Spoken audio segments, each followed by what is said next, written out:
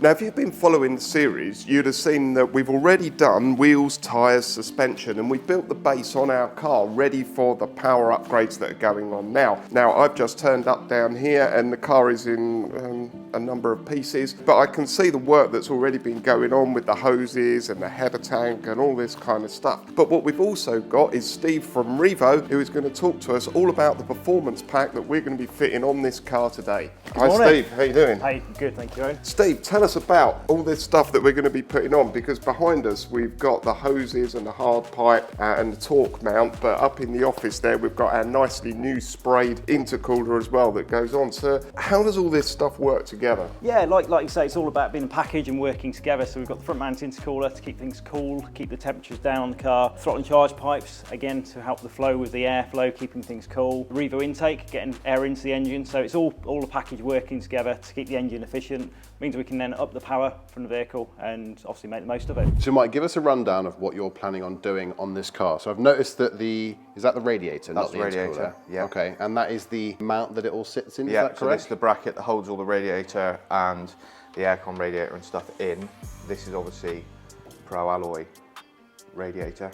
Okay, so Pro Alloy are a massive company anyway in the industry. Yeah, huge. I've heard good things, especially through Martin and some of the amazing builds he's done. Yeah, absolutely, we use a lot of their products. So as part of this project, we're proud to be working alongside the PAAA, and we've got the smart mark along the side of the bonnet there that you can probably see. Steve, how does this stuff work in relation to the emissions? Do we have to remove any of the emissions equipment in order to get that huge power increase in the car? No, it all remains legal.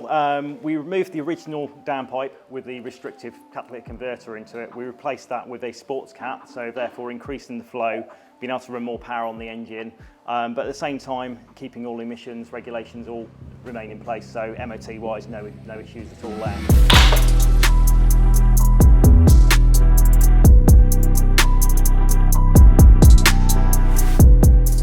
So I'm assuming that took ages, that's why we didn't want to watch all this. You wouldn't have wanted to sit there and watch that. But I can see them all under there. Yeah, it's all in, done. There's a few clips to do. Obviously, we've got a few loose ends because the radiator isn't in yet and so on and so forth, and the header tank. But hose-wise, they're in and they're done. I'm going to have fingers of steel after this. Yeah, you can let go now. Yeah. So here is our shiny new intercooler with our Revo painting on the front. Now, what you were saying earlier that I didn't realise is that for some aftermarket intercoolers, people are actually cutting out the crash bar at the front, is that right? Yeah, that's correct. Yeah, it's crazy though it sounds. People are actually removing crash bars and trimming bits out of the original safety equipment, which is just absolutely ludicrous. And there's no need to do that. Yeah, guys, please do not cut out the crash bar. It's there for a reason. That's why it's called a crash bar. It needs to be there. It's structurally part of the car, and it is to help in the event of a collision. So please do not cut out a crash bar just to fit an intercooler, or just don't cut it out full stop. So Martin's quickly dragged me outside to show me something that's going on the RS Police car. What have we got here, Martin? Right, George. So we've got a Forge uprated recirc valve for the turbo. Okay, I've got one of those on my car. Is that the same one? Similar, Okay. but different application, because yours is the 5-cylinder, this is a 2.3 EcoBoost. The standard one's plastic, standard spring. This one is nicely machined, one-piece billet. Yep. That goes on the there, turbo? Goes on the side of the turbo, yeah. Okay. We already talked about the sound suppressor to suppress the sound, which is different again. So inside you've got the standard green spring. That's for standard application if you stop power. Mm-hmm. And then we have yellow spring, which is the uprated one, which Big is boy the power. one. This is the one that you put in for if you run in stage 1, stage 2, whatever. Okay. Yeah, because it's you don't want any premature boost lost, etc. So you're going to get that fitted to the RS Police car, and that's going to basically give it a little bit more longevity with boost. Yeah, it's just avoid it being brittle with the standard plastic one. Yep. And just genuinely make it better preventative as a whole. maintenance, isn't it? That's Awesome. what it's all about. And I had this same one fitted to my RS. Nice, so, of course you do. This is the overkill. I know it works. MJRS. But yeah, thank you for showing me. I really appreciate that. No problem. Right, Martin, obviously we've got the intercooler, all the pipe work for the intercooler, the torque mount, but what's that? Right, so this is what they call a sound suppressor from the turbo. The original one, you tend to get like a little horrible squeal. Sometimes, not all of them do it. This thing here just blanks it off, you swap it over, and it contains the sound, and you don't get it anymore. That looks absolutely amazing. Was it yourself or was it Martin that did the stenciling on the front of the intercooler? Stenciling over the weekend. It does look good. Yeah. It's very nice to Looks really Steve though, good. obviously he insisted actually fitting it. I just love the little accents. You've got the little Revo thing on the mount as well. I quite like it. Can't wait to see the front bumper on really and see what it all looks like when it's all complete.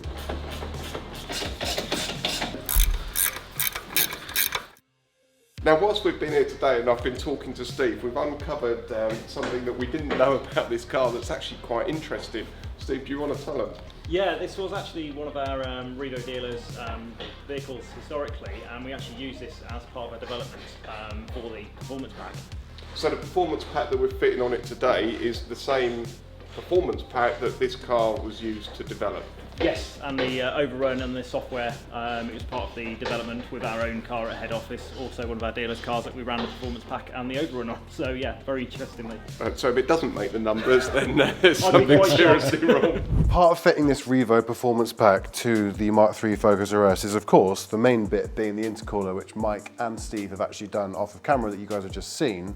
But the main bit that me and you have both done to our cars is induction kits and also crossover pipes, which in this instance is a lot nicer than anything I've ever had on mine. So this is the Revo genuine carbon fiber crossover, which is going to look amazing in the engine bay of the RS. Yeah, it's pretty nice looking, isn't it? And hopefully with the cone filter on it as well, it's going to sound pretty cool once it's all up and running. Yeah, so we do have the Revo cone filter as well, which is going to be taking the space in the engine bay there. So that's going to be giving us some nice whoosh noises, which also should add a little bit of power as well, which helps get the 440 PS that Steve said earlier, is that correct? Yeah, but the point of it is that it all works together, doesn't it, with everything else that's on Yeah. it. So the exhaust system, the sports cat, yeah, the induction kit, the maps, the intercooler, you know, everything that we put on this car now works together because we've got the new radiator and everything Some as more well. silicone as well, which is a nightmare to fit if anyone watching has fitted silicone pipes before. Also, what I really like, which you're going to have to tell me about, Steve, is the fact that we now still have the standard airbox, yet an uprated induction kit. So Yeah. what's that all about? Well, we found on the Focus that the standard airbox, cold airbox, actually flows very, very well. So in this scenario, there's no point upgrading it and putting an open cone system on, which is then going to attract hot air from the engine bay. So it just makes sense really to utilise the stock airbox and then upgrade obviously the pipework direct to turbo. So you've got the nice airflow there, but as I say, retaining the original airbox. So Steve, does it look as nice as you expected it to? It's looking good. So as long as it doesn't bother everyone. Yeah, as long as everyone's happy being in the next video, you're all good. Owen and myself were very lucky to not have to do much work on fitting this. I want to say a big respects to MJ Performance for doing it, but it looks so much better than we expected, didn't it? Absolutely. Yeah. And all the hoses and that, the coolant hoses that they spent a lot of time fitting. Takes so much more Especially work, the yeah. ones that are right down there, which are apparently a right pain. So what we really like, obviously, is the carbon intake, Yep. which is really, really nice. They've actually utilised the original airbox, so they've kept, as you can see in here, if you point the camera down, you'll see that the Revo induction kit is within the original airbox, which is nice. So if you want to keep the OEM, is that the correct terminology? The OEM look, then Yeah. that's exactly what's happened.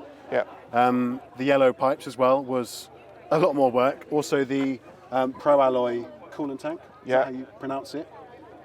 Yeah? Yeah, I think so. We've also got the new radiators as well. Yeah, we've got Pro Alloy radiator as well, which you can't see, but is kind of as you behind can see there. down here as There well. we are. Yeah. Behind the blue lights. But no, it's slowly coming together, which is exactly what we wanted. Yeah. And obviously the Revo software that's on it now as well for the performance packs. So But I've got to say in summary, this is so cool. So we've now got a leaflet which basically talks about our work with car modifications and antisocial driving. I designed that. You did, which is probably the first bit of design you've done for the That's whole not. design. I don't think it is. I think I've designed the whole car. No, I of think course I've done you pretty have. well. Yeah, no, I mean in terms of like something that you can get your hands on, this is really, really nice, and hopefully we can have something similar to this in Fast Forward magazine one day. So that would Yeah. be Do really you want me cool. to turn the lights on? Yeah, you go do that. So summarising this video, if he turns the lights on, you'll be able to see where we've got to so far with the Mk3 Focus RS.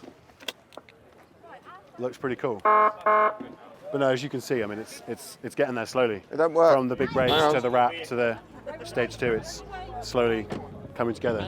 But thank you so much for watching this video. It will work. Join us for the next episode, and we'll see you in the next one. But also a big shout out to MJ Performance as well.